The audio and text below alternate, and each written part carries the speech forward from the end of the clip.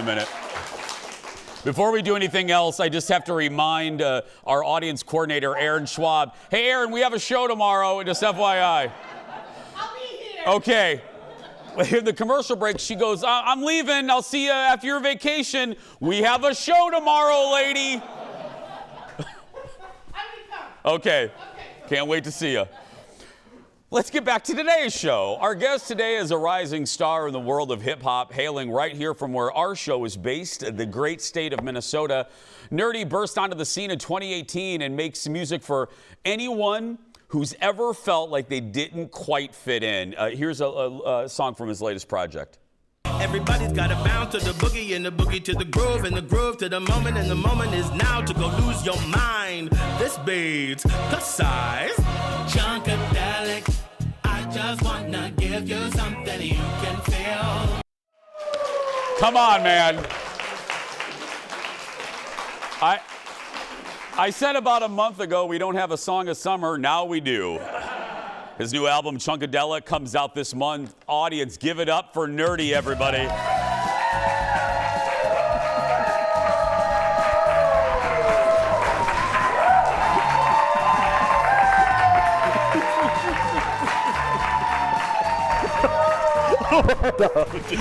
Welcome to the show, buddy. Hey, y'all.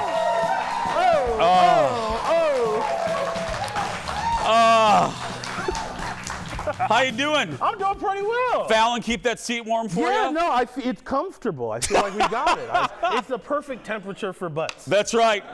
Fallon works hard on that. That's I right. can see How that. you doing? I'm doing well. It's a lovely day. It is a lovely day. Yes. Do you agree with me that we need, I love your message of just blatant, because every time we talked about you over the last few days, everyone goes, he's just so damn positive. We need more. Yeah, Fallon said everybody that's ever encountered you. I'm glad those checks cleared. Is it hard or easy to be positive in an era like now? I think it's like a muscle.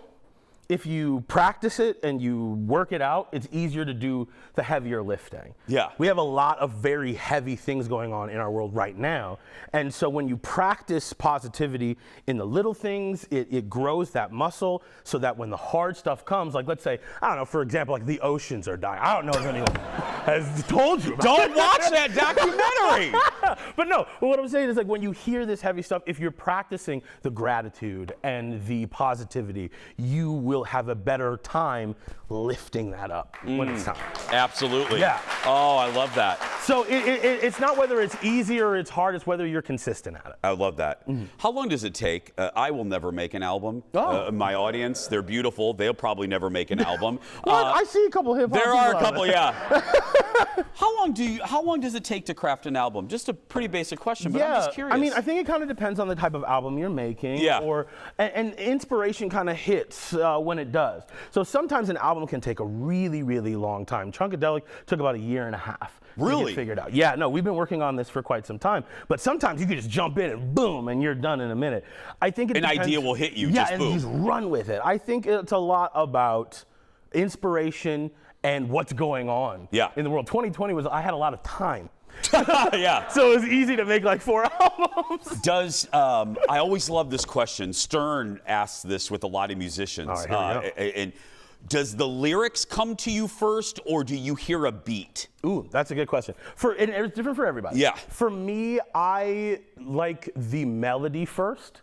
So sometimes I'll hear a beat, or I'll be making a beat, or I'll make something, and it's more like a improvisational solo.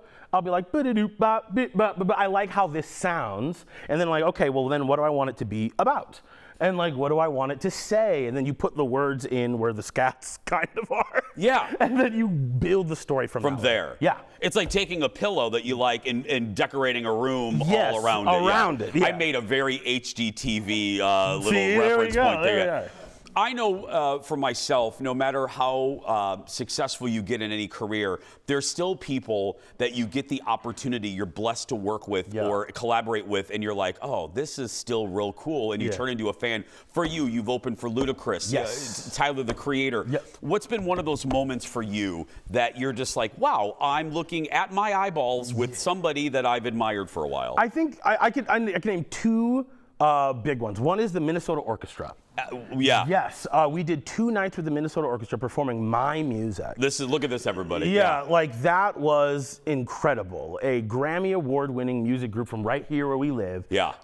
And look at your face. I know, it was wild. I wasn't ready for it. Like, they are so talented. It's so amazing to be able to see and do all this with my friends, from like, the people I went to high school with, my silly class clowns. It was crazy. So I loved this. I would say the other big one for me, which is not necessarily a music thing, but it was something I got to do because I was Nur-D. I got flown out to London by the people of Hasbro to play Dungeons and Dragons, like, professionally. Seriously? Yes. So I'm a professional DM. For those of you that know, I do Dungeons and Dragons professionally. Because I was going to ask, in your level, I was talking about this with Fallon in the group, in the level of nerddom, my friend. Yes. Like, where are you? Because like I am of the Star Wars nerd variety. Okay, all right. The Force is with you. Very much so. All right. What's your midichlorian level at? About a 16. All right. But here's my level. Ooh. So maybe you have a comparable. Okay. This is how big of a nerd I am. Yeah. I got drunk at Disney World and bought an $800 Darth Vader bust. Wow.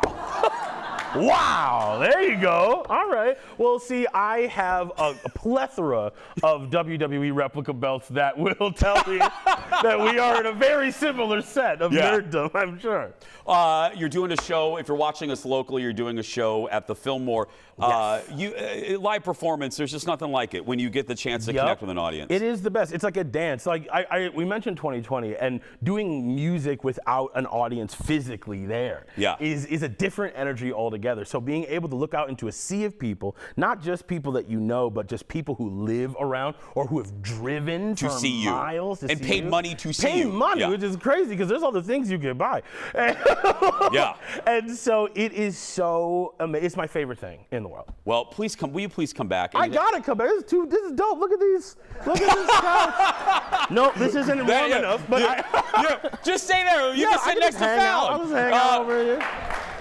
Nur-D will be performing at the Taste of Minnesota this Sunday, July 6th. Head to his website, nerdyrocks.com, for more info. We'll be right back, everybody. Back in a moment.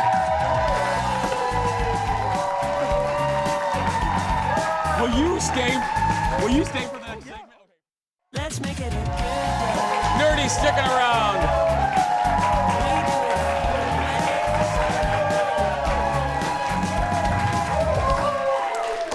We're keeping Nur-D around because it's story time. So here's the deal. If you're like me, you love wandering around Home Goods to see what you can find.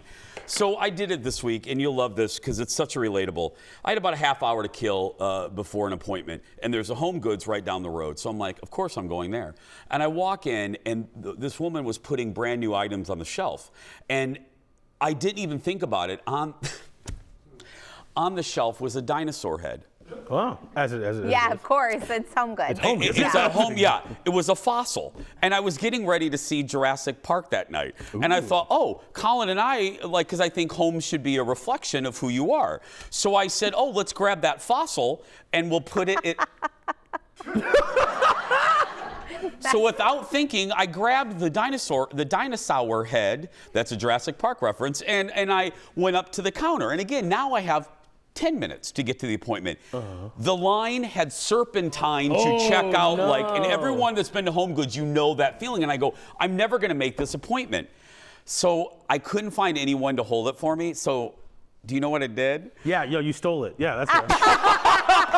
That happens. I wouldn't have told on myself. Yeah, but that's TV's not the place me, to share. But hey, I ran to the back of the store and found the ugliest pillows I could find that I knew no one would buy. and I hid the dinosaur behind the pillows. Wow. So, because my appointment was about an hour and a half, so the whole time I'm in this appointment, I'm not thinking about what I'm there for. I'm just thinking I need to get back to that Home Goods to get my dinosaur head. You're like a pirate with buried treasure. So I fly back to Home Goods. I park illegally, so I can. Oh my God.